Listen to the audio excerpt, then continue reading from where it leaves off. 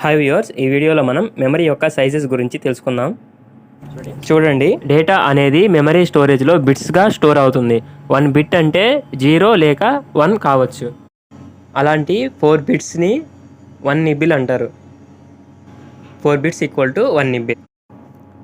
8 bits equal to 1 byte. 8 bits equal to 1 byte.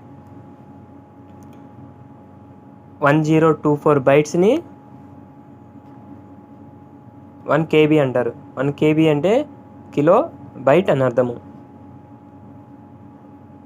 Kilo అంటే 10 cube, అంటే decimal సైజ్ని note చేస్తున్నాను.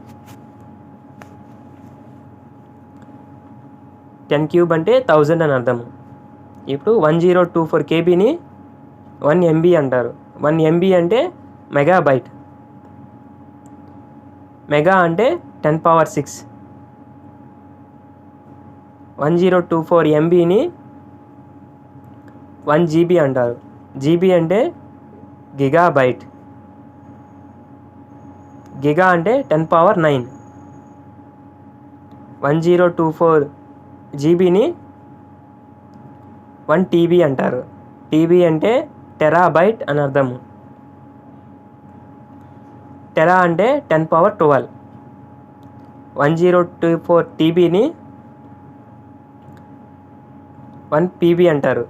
1 PB అంటే petabyte. 1 petabyte అంటే 10⁻15 డెసిమల్ సైజ్.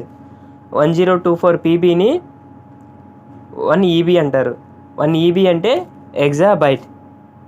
హెక్సా అంటే 10⁻18. 1024 EBని 1 ZB అంటారు. 1 ZB అంటే జెటాబైట్.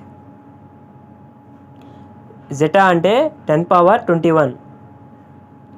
1024 ZBని 1 YB అంటారు. 1 YB అంటే యొటాబైట్.